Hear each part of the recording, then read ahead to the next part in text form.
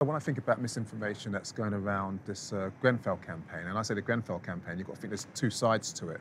There's the family survivor side of it, but there's also the state side, the institutions, the governments, the corporations that are involved in profiteering and actually causing this massacre.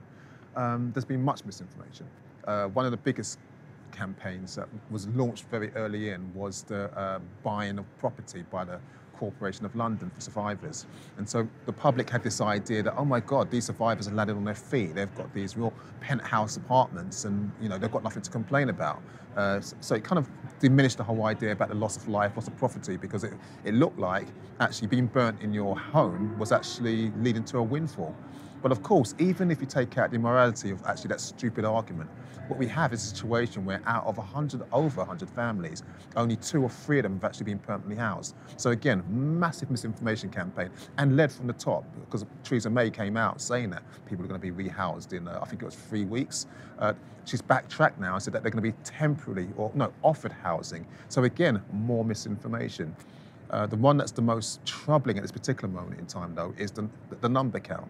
And when I say the number count of people who are victims, people who have died, initially, you had 8, then 15, then 20, and then I think it was Lily Allen, who was one of these musicians who made this comment about how they're micromanaging the grief of survivors, micromanaging the nation.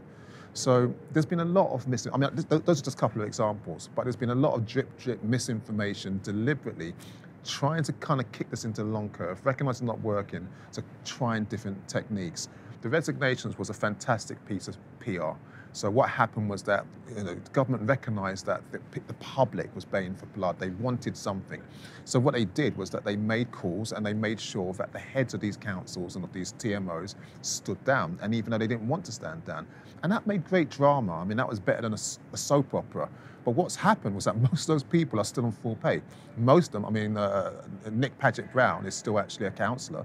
So nothing's happened to his status, nothing's happened. He set up a consultancy firm. And I'm not a person that likes to point fingers at individuals. I look at them as a collective body looking for individuals on prosecution level. But again, this is mismanagement, this is misinformation, misdirection, and it's very frustrating. I can't talk on the on the replacements without having more information. I don't have confidence in the replacements. I just don't. By looking at their performance, but I have to give them a chance to see how it works out.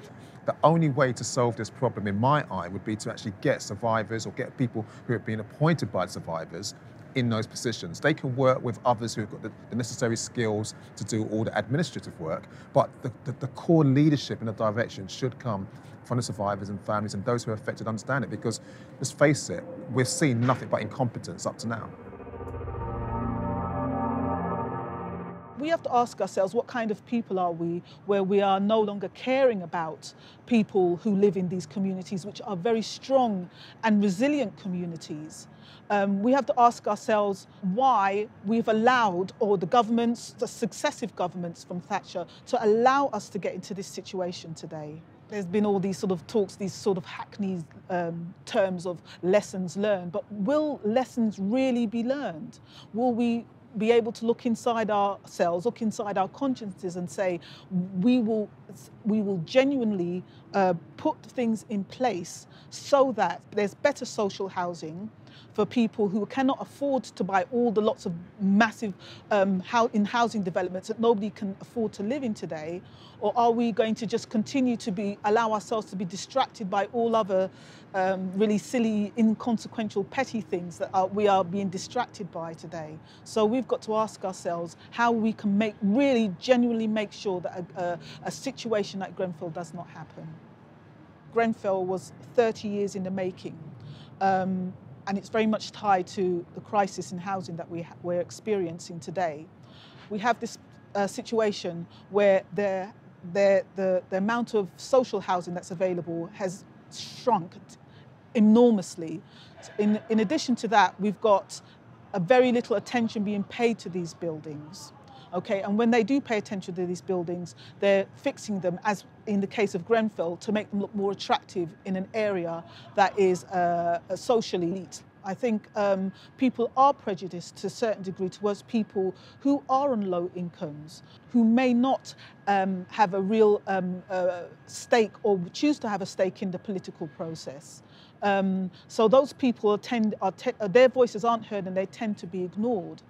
So I do go back to the point, I do think it's cynicism. I think it is breathtaking cynicism on the part of Kensington and Chelsea, and the way that they tried to cover their tracks in terms of the threats that were made to the people who were making these, raising these alarm bells about what was going on in Grenfell, rather than actually listen to the concerns of the people who lived in that building and in the surrounding buildings. Rather than generally listen to their concerns, they chose to threaten them instead, to silence them.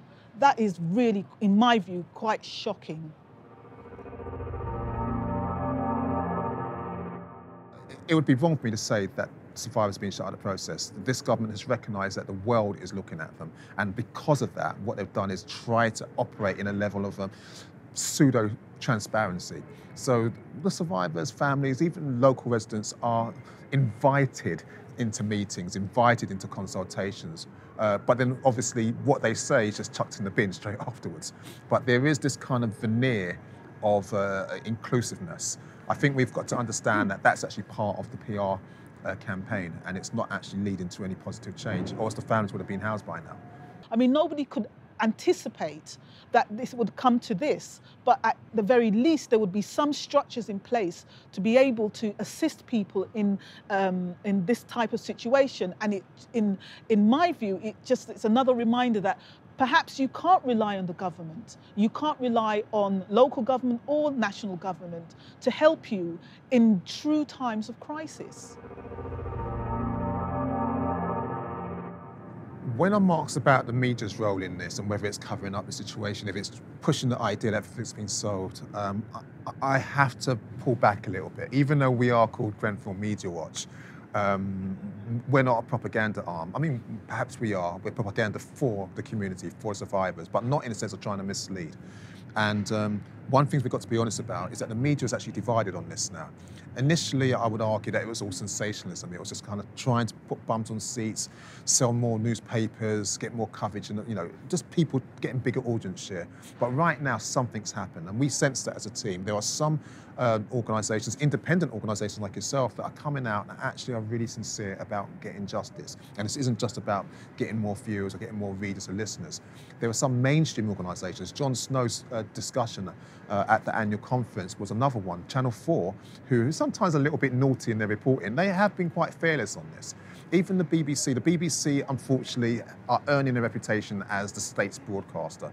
I hate having to say that, but they're being pretty poor on their approach and making documentaries as such. I think that they're crossing a very thin line of actually trying to whitewash this. Some mainstream media is actually painting the story on the side of the government because they're worried maybe because they're not going to get their funding or for commercial or political interests, while other media, I think we've picked up, we've talked about this, that it's pricking the conscience of some journalists, some editors, but we are in the minority. Let's be clear about that. The Daily Mails of this world, the LBCs of this world, the Foxes, the Skies, they are still leading the charge, and they have the largest audiences, so hence they are the most influential in actually turning the public against supporting Grenfell families. When I'm asked how do I feel about the inquiry now that we've had the opening, quite strangely, I'm actually quite pleased, because I think that what Morbig has done is actually been upfront. He's made it very clear that he's not looking for any criminal prosecutions. He's made it very clear that he's going to ask the suspects for the evidence. He's made it clear that his agenda isn't justice in the sense of how we would see justice. It's pretty much about a collaborative, I think he used the word cooperative, pursuit for truth amongst those who are responsible for one of the worst atrocities on mainland England. So, it's quite refreshing actually that we know going in that it's not going to deliver the results. So it lowers the expectations of most of the people. So when it's published and we see and we hear those famous lines, lessons will be learned and lessons have to be learned, and we have a recommendation list which is 100 strong, which means absolutely nothing. We knew this going in. I just worry about the waste of time, and I worry about those people who don't have access to maybe I don't want to say competent political media, but more grassroots political media who may actually be sucked in by all the fancy words, the media coverage, and actually might think that the inquiry is actually an important instrument. For me, the inquiry actually obstructs the police investigation, and I don't actually have much confidence in the police investigation, but I have more so in that than I have in the inquiry. And the fact that the inquiry actually defers key decisions being made, that's a problem for me. I think there is a deliberate decision by government to make sure that the inquiry takes precedence over everything, just simply because they don't want themselves to be implicated in some of the decisions that are made, because they are implicated in some of the housing bills that are made, the deregulation that took place. But also, I think they also recognise that when you have an inquiry of this nature, of this size, it serves as a kind of pseudo-truth and reconciliation exercise. What happens is that you feed people sound bites, their emotions dissipate over time, and then after a year or two, you release an interim report here or there. At least 90% of Morbic's team are ex-government officials. They've either worked in the Treasury or worked in one department, they're civil servants. I mean, there's no one whatsoever from the community working at that level. And this claim about impartiality is complete and utter nonsense. Or whilst all the universities across the UK should be disbanded, because obviously the knowledge that they're producing is worthless because people know each other. I mean, how could we have impartiality in modern research? So, I mean, come on, let's be real. The questions you should be asking of politicians and powerful people,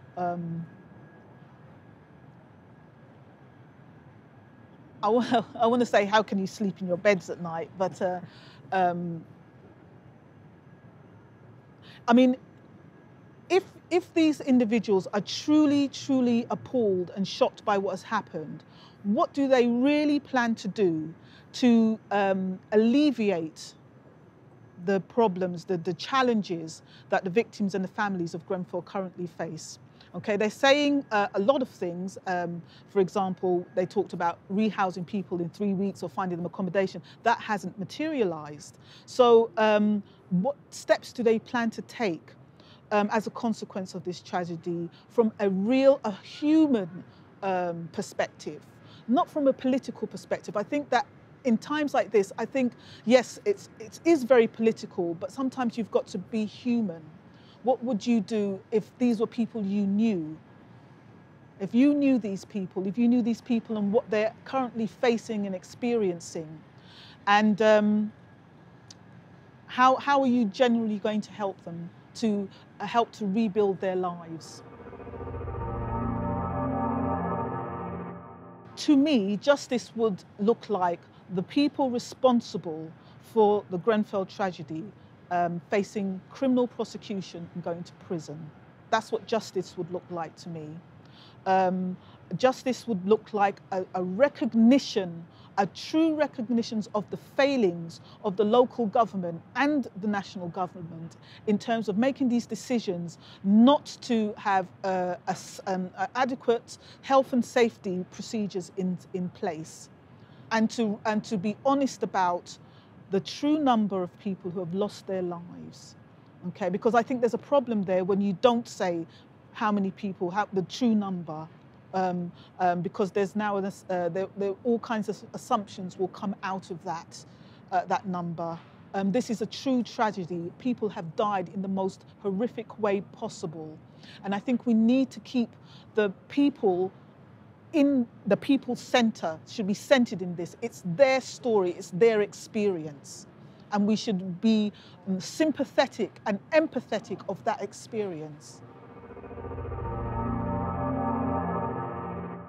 If people are interested in Grenfell MediaWatch, they can just go to our Facebook page, log on, share. I think the biggest thing that we need as people, if you like what you see on there, share it. If you hear news, or even if you disagree, say something. I think the biggest thing we need is debate, comments. We need the topic kept alive, and that comes from us exploring ideas, critiquing ourselves. We're not always right.